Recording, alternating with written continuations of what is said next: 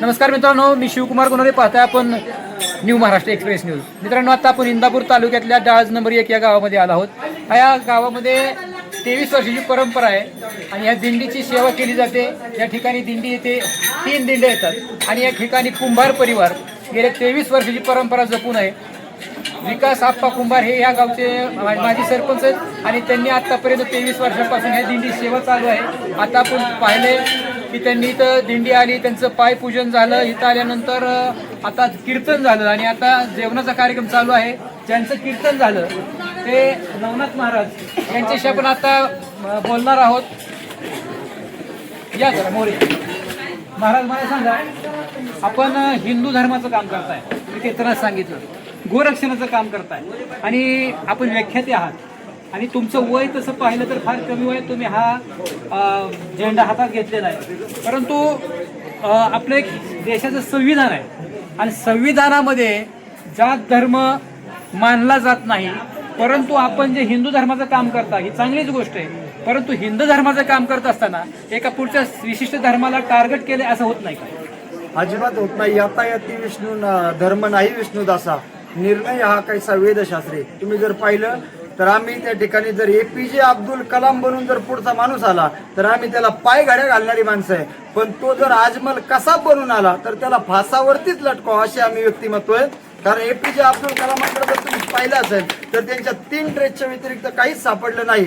आजही वारकरी संप्रदायाची परंपरा अशी आहे, तुकोबरायांची पालखी अनगडशाह फकीर बाबाच्या दर्ग्यावरती नतमस्तक झाल्याशिवाय पुढे येत नाही. आम्ही अनगडशाह फकीर बनून जर पुढचा व्यक्ती आला तर त्याचा सन्मान करायला तयार आहे. पण वारकऱ्यावरती आघात त्या दिवशी त्या ठिकाणी लोणंदजवळ झाला, लोणंदच्या पाठीमागं हे वारकऱ्यावरती आघात करा. आमचे तुकोबराय सांगतात, देऊ तरी तुम्हा कासेची लंगोटी आणि नाठाळाचे माती हानू काठी. आम्ही विशिष्ट धर्माला टार्गेट करत नाही, तर आम्ही आमच्या धर्माला सजग, सदृढ आणि बलवान बनवण्याचं काम करतो. अगदी बरोबर आहे. आपलं पाठीमागं राम जन्मभूमी बाबरी मशीदचा प्रश्न मोठा देशामध्ये गाजला होता. त्याचं मोठ्या कोर्टामध्ये मॅटर चालू होतं, त्याचा निकाल लागला.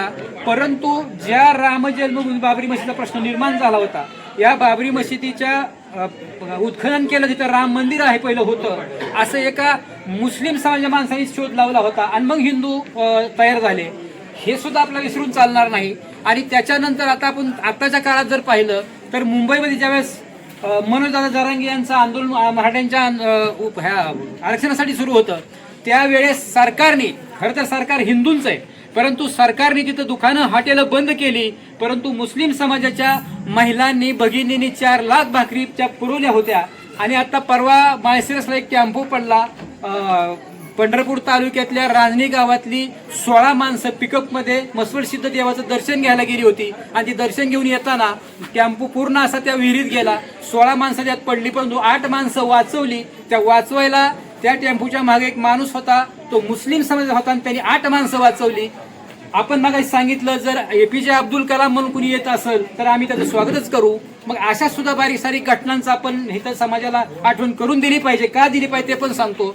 जर हिथं माणसं ऐकत असताना त्यांच्या मनामध्ये सुद्धा हीच वातावरण निर्माण झालं पाहिजे, तर कुठल्या धर्मातला आणि कुठल्या जातीतला माणूस असला तरी तो जर चांगला असेल तो तिथं धर्म जात बघायची गरज नाही.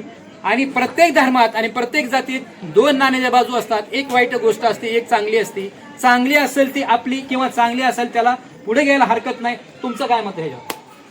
प्रत्येक 8 माणसं वाचवली आपण आता या ठिकाणी उत्तर दिलं, बरोबर आहे. पण त्याच वेळेस मुंबईमध्ये बॉम्बस्फोट झाला, त्यावेळेस कैक शेकडोनी माणसं मारली गेली, तर ते कोणते शांतीदूत होते हे आपण पाहिलं पाहिजे. आपण बरोबर म्हणतो आतंकवाद्याला जात नसते, पण आतंकवादी विशिष्ट समाजाचेच का असतात याच्यावरती आपण कधीतरी विचार केला पाहिजे.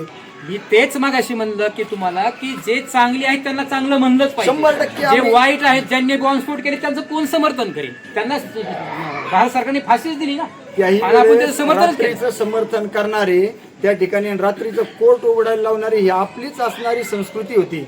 बऱ्याच वेळेला हिंदूवरती जर एखादा हल्ला झाला, आता आम्ही गोरक्षणाचं परमपवित्र काम करतो, आम्ही कुणालाच टार्गेट करत नाही, कोणालाच बाजूला घेऊन मारत सुद्धा नाही, पण गोमातेचं संरक्षण करणं ही आमची पहिली जबाबदारी. हिंदू धर्म संस्कृतीत प्रत्येक हिंदूला माहिती आहे 3 माता आहे, भूमाता, गोमाता, जन्म देणारी आई माता.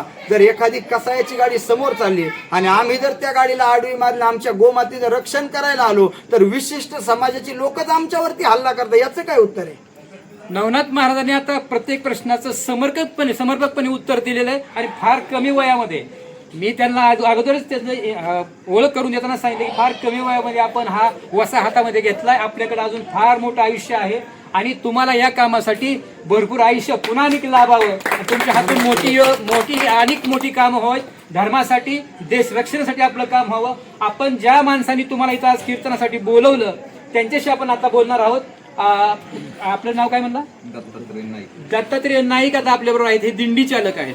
दिंडी निघते नारायण गावावरून, नारायण महाराजांची दिंडी ते काढतात. खरं तर तुम्हाला सुद्धा थोडंसं कौतुक केलं पाहिजे की परवा आता आपण बोलू नाही ते, पण परवा घडण्याची गोष्ट घडली जेजुरीमध्ये जे काही अपघात झाला वारकऱ्यांचा. हे उदाहरण का दिलं मी तर दिंडी चालकावर फार मोठी जबाबदारी असते आणि ही जबाबदारी आपण कुठलाही लाभ न होता, कुठला उलटा आयुष्यामध्ये त्रासच होतो ही माणसं सांभाळायची. तर ही लोक एवढी घेऊन पंढरपूरपर्यंत जाणं आणि पंढरपूरपर्यंत प्रत्येक पुन्हा आपापल्या घरी पोहोच करणं, हे सारं शिवधनुष्य आपण कसं केलं? हे सगळी पांडुरंगाची कृपा.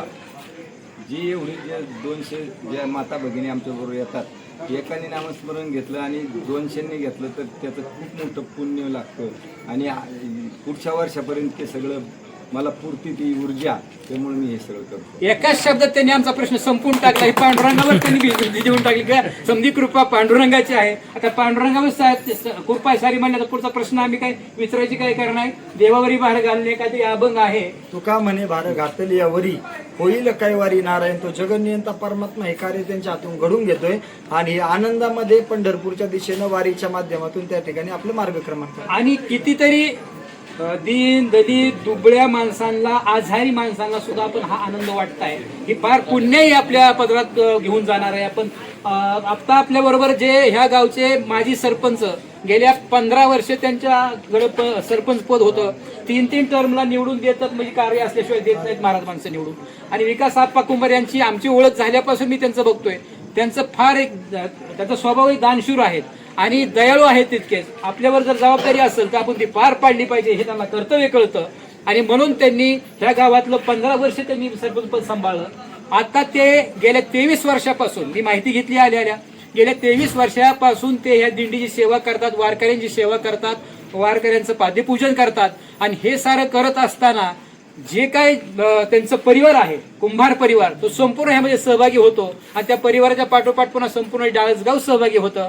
कारण आप्पा मला आता तुम्ही सांगा की ही तुम्ही जी परंपरा आहे तुमची काही पिढ्यात आहे का आता 23 वर्षात सुरू केली का, किंवा ही कशासाठी तुम्हाला सुचलं की ही सेवा घडली पाहिजे? सुरुवातीला सर्वांना नमस्कार. समस्त कुंभार परिवार आणि आमचं मित्र परिवार एवढा मोठा आहे की आम्ही सहज देवाची कृपा आहे, आपल्याकडून देव करून घेतोय. आमच्या हातात काहीच नाही. देव आम्हाला जी बुद्धी देतोय त्याप्रमाणे आम्ही समस्त कुंभार परिवार, आमचा मित्र परिवार, आमच्या गावातले सर्व मित्र आहेत, आमचे सिनियर माणसं आहेत, सगळ्यांच्या सहकार्यातून ही वारी चाललेली आहे. आप्पाच नाही नुसतं, जरा आप्पाच्या पाठीमागे आता त्यांचा मुलगा आणि त्यांची सून सुद्धा ती सेवा करतायत. आपण मगाशी आता त्यांच्या उत्साहाने ते मगाशी सेवा करत होते, उत्साहाने त्यांचं पाय पूजत होते, उत्साहाने तुम्हाला आता जेवाय वाढतायत. म्हणजे इथून परंपरा पुढची सुद्धा त्यांना पिढ्याने पिढ्या चालू ठेवायची आहे. आणि खरं तर ह्या साऱ्या गोष्टी करत असताना दिंडी किंवा आषाढी वारी ही महाराष्ट्राची फार मोठी संस्कृती आहे, महाराष्ट्राचं मोठं भूषण आहे आणि महाराष्ट्रावर होणारे हे संस्कार आहेत. खरं तर महाराज तुमच्यासाठी सांगतो की एवढीच जागा राहिली माणसं सुधारायला. दुसरीकडे एवढं आता वातावरण खराब झालंय आणि म्हणून म्हातारी माणसं तर येतीलच, म्हणजे दात पडल्यावर मला कोणी घालेल. परंतु तुम्ही तरुण असताना तुम्ही काय जे तुमच्यात ऊर्जा आहे, तुम्ही बाहेर पडलं कारण तुम्ही काही करू शकता, ही ऊर्जा असताना तुम्ही खरं ह्या क्षेत्रात आलं पाहिजे. उदाहरण दिन मी महाराजांचं तरुणपणात आपण एवढा मोठा वसा हातात घेतलेला आहे.